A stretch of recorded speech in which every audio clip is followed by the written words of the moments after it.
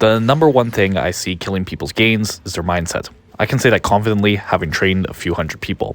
Despite what people say, it's not all genetics and steroids. I'll even go over a couple of studies showing how the placebo effect outperforms these. And regardless, worrying about something you can't control is pointless. You can still make great progress if you trust in yourself.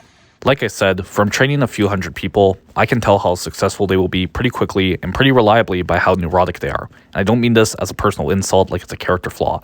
Some of it is beyond their control. I will talk about ways to help fight it.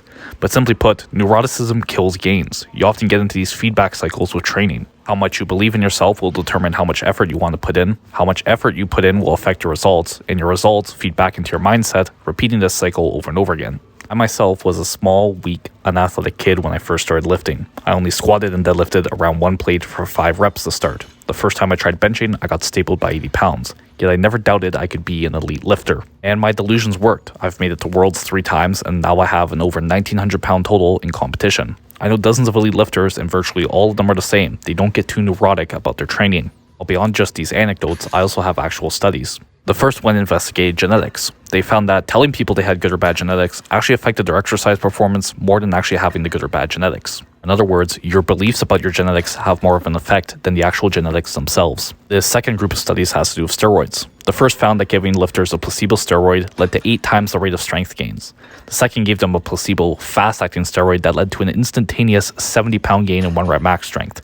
This strength disappeared if they were told it was a placebo, but remained for those who weren't aware. While steroids and genetics do have effects on their own, it's pretty clear that our mindset is a very powerful tool as well, and there's no reason to tell ourselves we can't be great without them. I'll link below to an article going over all of these, plus other similar ones, but also just a general review between the association of elite athletic capabilities and low neuroticism. Now, it's easy to say, just stop worrying, but there are some practical ways you can help increase your own confidence in your lifting abilities. The first is simply being process rather than outcome-oriented. We can hope to squat 500 pounds, but we can't control if we get sick or injured. We can't control outcomes completely.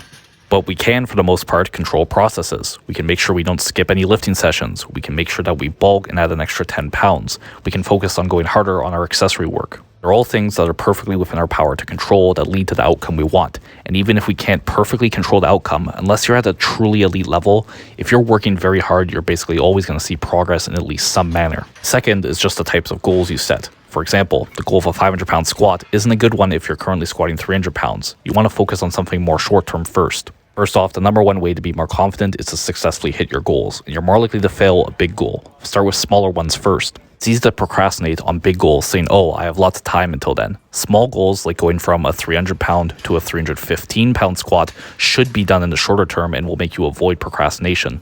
Make sure you're specific. Don't just say you want a huge squat, but what specific number? In this case, 500 pounds.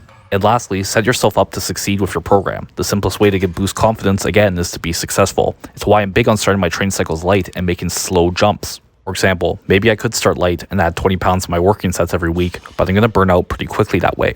Versus if I start light and add just 5 pounds per week, I can stretch that progression out for a long time. The mental effects that compound from slowly adding weight every single week for weeks on end is huge mentally. And unless we're talking lifters with a big ego or great confidence in themselves, taking really big jumps and reaching failure too often is going to kill your confidence. And doing the bulk of your strength work at a more submaximal intensity can be great for your progress. I'm all about doing a ton of volume at a submaximal intensity, and I'll link to a video by Johnny Candido and Data Driven Strength that talks about this concept even more. So that's basically it. Your mindset really matters. Keep a positive mindset and it will feed forward into your effort and then your results. Aim for slow, sustainable progress, and that momentum will carry you far. I hope this video helped you keep a calmer mindset and have some actionable ways to reinforce that with your training. Please like, comment, and subscribe if you haven't already. And once again, thanks for watching.